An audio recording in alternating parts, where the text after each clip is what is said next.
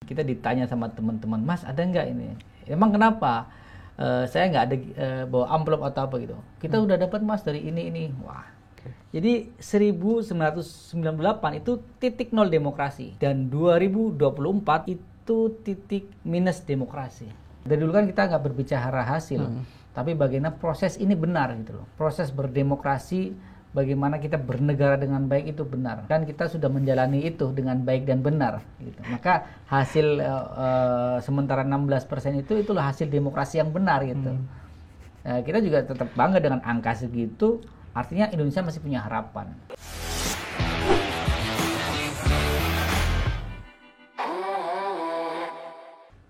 Pemirsa setia Gema Pos, hari ini mungkin pemirsa masyarakat Indonesia sudah tahu bagaimana proses perhitungan dari Pilpres 2024, di mana pasangan 01, 02, 03 sudah bisa dilihat dan hari ini mengunggulkan untuk paslon nomor 3 Pak Prabowo dan Mas Gibran. Tapi ini belum final. Tanggal 20 jadwal penetapan KPU masih bisa terjadi kemungkinan-kemungkinan yang lain. Termasuk hari ini apa yang dilakukan oleh paslon nomor 3 dan kemudian beberapa partai politik bicara terkait hak angket dan gugatan di MK terkait hasil Pilpres 2024. Nah, hari ini kita sudah bersama Gus Afton Lubi, Ketua Santri Spartan. Apa kabar, Gus? Alhamdulillah. Terima kasih sudah datang lagi ke Gema Pos. Terima kasih sudah diundang lagi. Nah, Gus Afton Lubi ini Santri Spartan ini relawan yang kemarin all out mendukung Ganjar Mahfud. Selalu. Dan Bukan kemarin saja. Tapi maksudnya dalam Pilpres ini kan all out teman-teman mendukung Ganjar Mahfud. Tapi sekarang ini memang mungkin tidak diduga-duga juga ya, Gus ya. Bahkan beberapa kawan yang kita jumpai juga, saya tanya soal hasil Pilpres ini nggak menduga kok ternyata suaranya Pak Ganjar Mahfud jauh sekali seperti apa yang diperkirakan gitu loh. Bahasa masyarakat. Anak Gen Z itu di luar nurul. Di luar nurul. Tapi kalau menurut Gus Afton sendiri, bagaimana melihat kondisi perolehan suaranya Pak Ganjar Mahfud? Oke, perolehan Pak Ganjar dan Pak Mahfud kalau melihat hasil perhitungan sampai hari ini ya 16, sekian dan mungkin sampai 17% itu sebenarnya kami tetap bangga dengan angka 16 sampai 17% itu. Kenapa bangga? Itu adalah angka demokrasi, bukan angka nepotisme. Oke. Bukan angka kolusi. Jadi memang dari awal kita bukan mendukung Ganjar secara personal sebabnya itu. Kita itu relawan ya. Di Santri Spartan sendiri bahkan kebanyakan mungkin semuanya Santri Spartan itu relawan yang dulu juga adalah pendukung Jokowi. Oke. Dari sejak 2014, 19 kita mendukung nilai-nilai yang diperjuangkan itu, nilai-nilai demokrasi. Pun ketika di 2024 kita mendukung nilai-nilai demokrasi itu. Ya pun kalaupun Ganjar tidak menjalankan nilai-nilai demokrasi, seperti halnya kita meninggalkan Jokowi. Jadi kita mendukung bukan personalnya, tapi nilai-nilai yang diusung. Maka ketika kami jatuh pilihan untuk mendukung Ganjar karena memang Ganjar Mahfud adalah representasi perjuangan nilai-nilai demokrasi. Maka angka itu tidak kecewa dan tidak mengurangi semangat kami untuk terus mendukung nilai-nilai itu gitu. Oke. 16%, 17% ataupun 0, sekian persen Nggak jadi masalah. Nggak jadi masalah. Artinya apa? Masih ada harapan bahwa masih ada orang-orang yang mendukung nilai-nilai demokrasi dan jika dikalikan itu jutaan orangnya. Jutaan orang. Dan kita akan terus berlipat dan bertambah dan menjadi kekuatan demokrasi gitu. Oke, jadi gak masalah karena yang didukung bukan sosoknya, tapi nilai-nilai yang diperjuangkannya. Kan nilai-nilai gitu. yang diperjuangkan. Tapi kemudian kalau sekarang kita lihat Gus dalam kondisi hari ini kan sedang berjuang. Ya. Pak Ganjar dengan politiknya karena dia kader partai, lalu kemudian Pak Mahfud juga katanya mau menempuh jalur hukum lewat MK terkait dengan hasil yang katanya ini ada kecurangan. Ada merasa dicurangi, terus kemudian ini harus menempuh jalur-jalur yang demokratis lewat hukum dan kemudian lewat politik, lewat hak angket. Kalau menurut relawan sendiri, bagaimana kondisi perjuangan Pak Ganjar dan Pak Mahfud hari ini? Bisa goal nggak ini perjuangannya, Gus? Kita harus selalu yakin apa yang kita perjuangkan akan sukses dan berhasil ya. Kemudian secara konstitusional maka yang ditempuh oleh partai-partai tentu lewat jalur-jalur yang sudah disediakan oleh konstitusi. Salah satunya adalah hak yang dimiliki oleh DPR, yaitu hak angket. Maka secara moral kita mendukung, karena itu perjuangan secara konstitusional yang disediakan oleh negara dan harus dipakai itu. Dan tujuannya bukan untuk mengatakan langsung pemilu itu curang, atau mungkin orang bilang memaksudkan Jokowi. Tujuannya adalah menyelidiki. Diselidiki dulu dugaan-dugaan kecurangan itu. DPR berhak memanggil siapapun, termasuk presiden, ya, untuk menjawab apa yang menjadi keresahan masyarakat. Gitu. Masyarakat resah kalau di media sosial, di media online, itu kan masyarakat resah dengan hasil pemilihan presiden kemarin, juga pileg juga kan, legislatif juga masyarakat resah. Ada keresahan masyarakat yang harus dijawab oleh negara, dalam hal ini pemerintah yang menjalankan negara, dan juga KPU ya. Tapi jelas yang ditanya nanti adalah eksekutif kan, agar politik ini memberi haknya kepada rakyat, karena yang berdaulat adalah rakyat itu. Tapi kalau bicara soal kecurangan, Gus, kalau Gus Afton sendiri merasakan betul ada kecurangan ya sih dalam proses pemilu kita 2024 kemarin? Kalau secara yang ditanya personal ya, kita kan ke lapangan ya. Kemudian saya waktu keliling termasuk di daerah Jawa Tengah itu, saya di Brebes ya, di TPS saya itu di Brebes ya. Saya udah H-3 udah sampai rumah. Sekarang saya ikut hajatan rakyat di Solo, Semarang. Kemudian selesai saya kembali ke kampung halaman untuk menyalurkan hak suara saya. Itu H-3 itu melihat kenyataan di lapangan. Kan cerita kita sesama teman, sesama di kampung, ya. Kampung kan teman. Ada yang secara jelas menyatakan sudah dapat sekian itu.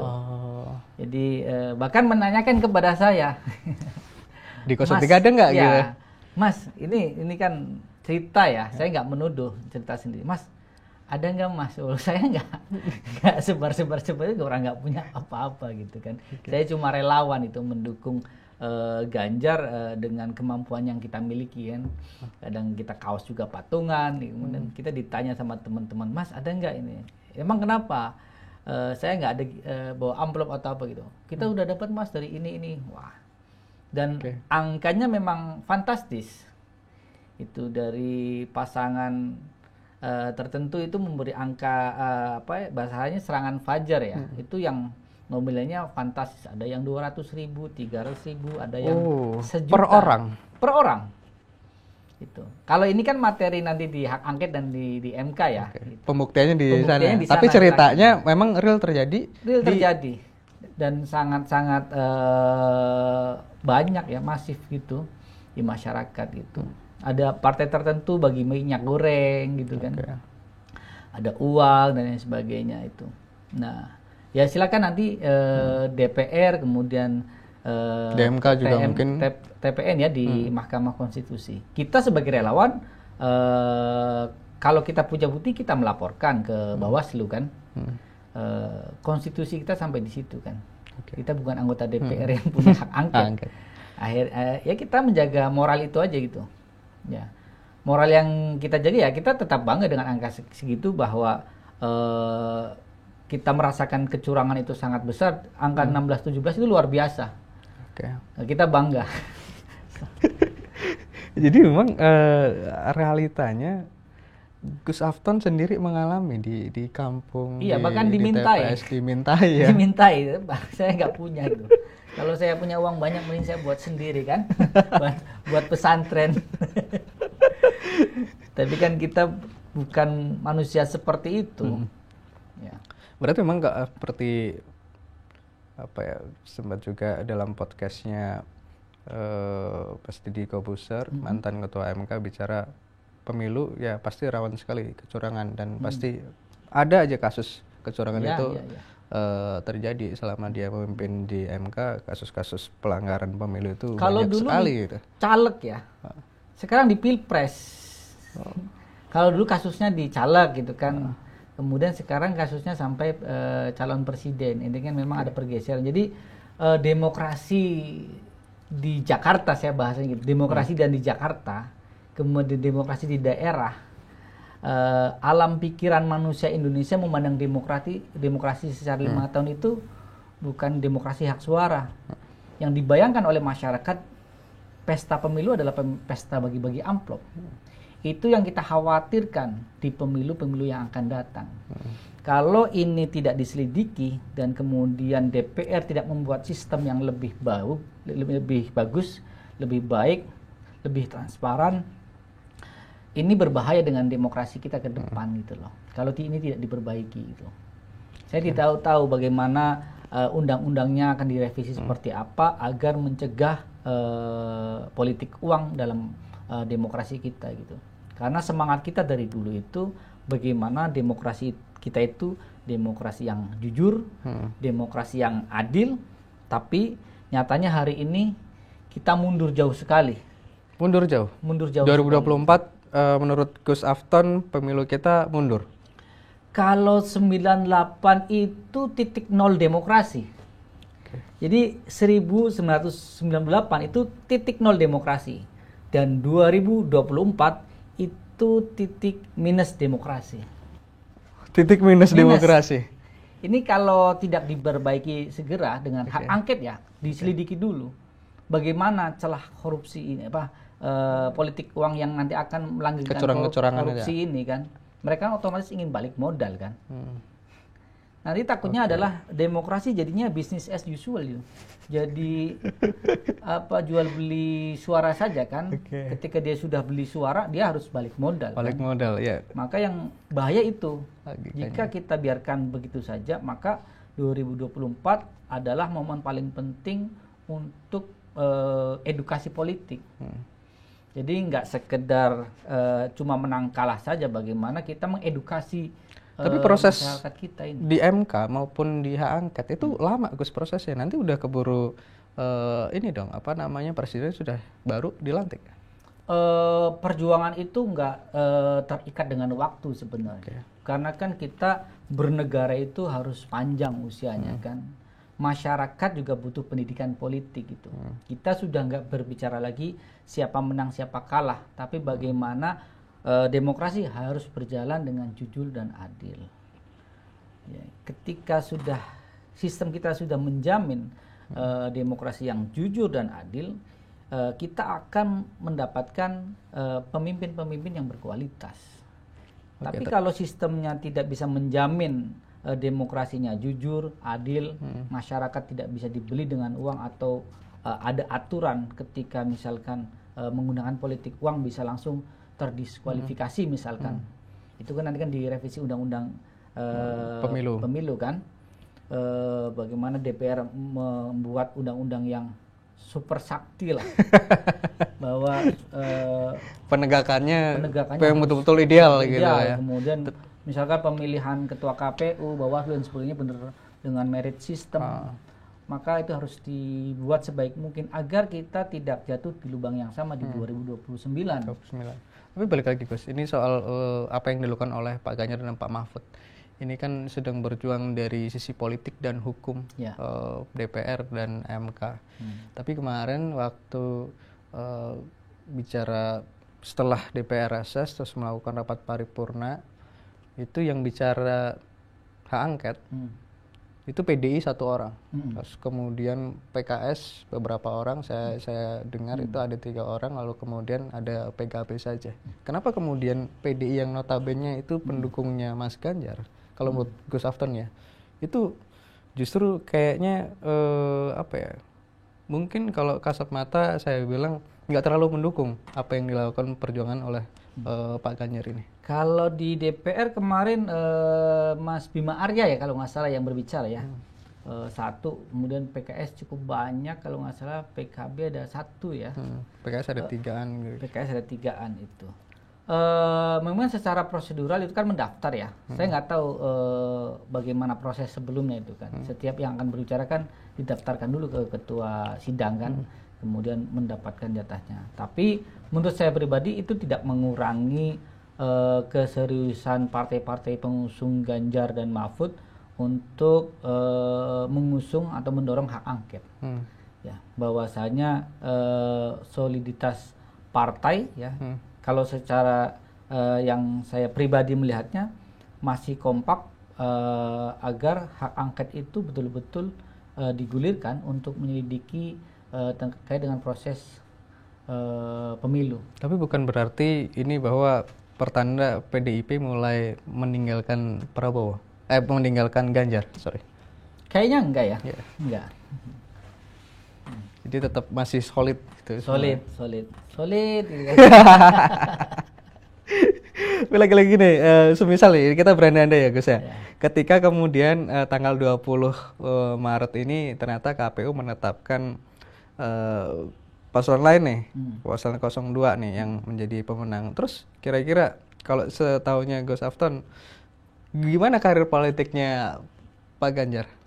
Kalau setelah 20 Maret pasti kan kalau angket bergulir, kemudian MK juga jalan, ini harus secara paralel berjalan kan. Kemudian masyarakat juga melihat kan, menyaksikan bagaimana proses di hak angket di DPR, kemudian proses di MK ini akan disaksikan oleh semua masyarakat kan. Pasti ini akan berdampak juga situasi politik ya. Ya kita berharap semuanya akan damai ya, semuanya akan baik-baik saja. Tapi yang paling penting adalah masyarakat jadi terbuka matanya, ya untuk pembelajaran dan pengetahuan masyarakat terkait dengan pendidikan politik itu tadi gitu. Bagaimana kecurangan misalkan dibuktikan gitu, ya, dibuktikan oleh orang-orang yang mempunyai bukti dan sebagainya, agar suatu saat itu kan, apalagi generasi Z kan, agar bisa menyaksikan bagaimana itu hak angket, kemudian proses di MK ini secara beriringan berjalan dan disaksikan oleh masyarakat. Kemudian karir politik bagaimana? Apakah bakal berhenti nih karir politiknya Ganjar nih setelah Pilpres 2024 ketika dinyatakan kalah gitu? Saya menduga Pak Ganjar terus ya, karena dari awal Pak Ganjar itu menyuarakan hak-hak demokrasi ya gitu, dan tidak sedetik pun untuk melakukan hal-hal di luar yang konstitusional gitu loh.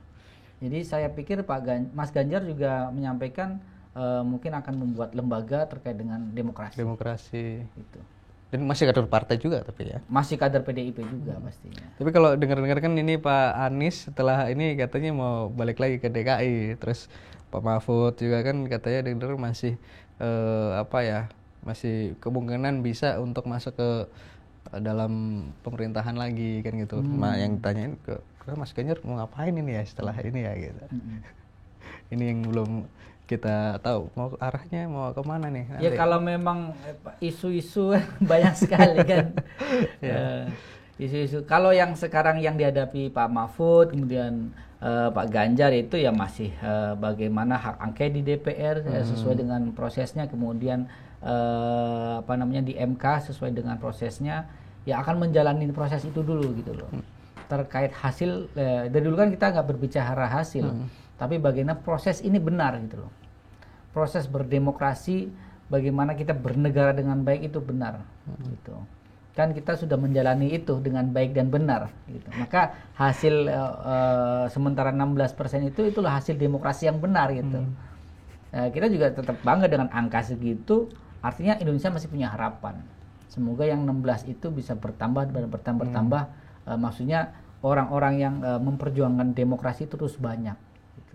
Termasuk teman-teman di Betul. Santri Spartan. Termasuk kan? kita tetap solid. Ini kemarin teman-teman apa yang dilakukan? Bantu ngumpulin bukti juga atau gimana? Beberapa ada yang melaporkan ke Bawaslu. Kita kemarin lupa hari apa itu, ke Bawaslu laporan. Kita mendukung secara moral aja. Gitu. Kita juga ketemu sama Pak Mahfud juga untuk memberi spirit lah, semangat kepada Pak Mahfud, tim Mas Ganjar untuk tetap berjuang di jalur demokrasi. Kita nggak akan keluar. Jadi gini Mas, yang kita khawatirkan justru gini, ketika demokrasi ini tidak menghadirkan keadilan, tidak menghadirkan rasa adil bagi masyarakat, ya ketika pilpres katakanlah mereka ada yang menang kemudian berpesta ria kemudian, tapi realita di lapangan harga beras naik, ya telur semuanya naik gitu. Tadi malam saya belanja itu kaget juga semuanya naik. Sudah dijadiin bansos semua. Jadi gini, yang dikhawatirkan adalah ketika demokrasi tidak menghadirkan rasa adil bagi masyarakat, itu menjadi bukti bagi para orang-orang yang anti demokrasi mengatakan ini loh demokrasi. Oke. Jadi kan hasilnya demokrasi ini begini kita loh. kan dari dulu fight melawan orang-orang yang mengancam demokrasi, yang mengusung khilafah dan sebagainya. Mereka muncul Mas. Bahkan ketika pilpres kemarin kan ada acara yang itu kan HTI kan di Taman Ismail Marzuki kalau nggak salah itu kan. Ada ribuan pengunjungnya gitu. Mereka mengambil momentum ketika rakyat sedang berpesta demokrasi, mereka mengumpulkan simpul-simpul mereka untuk kembali memperjuangkan khilafah kan.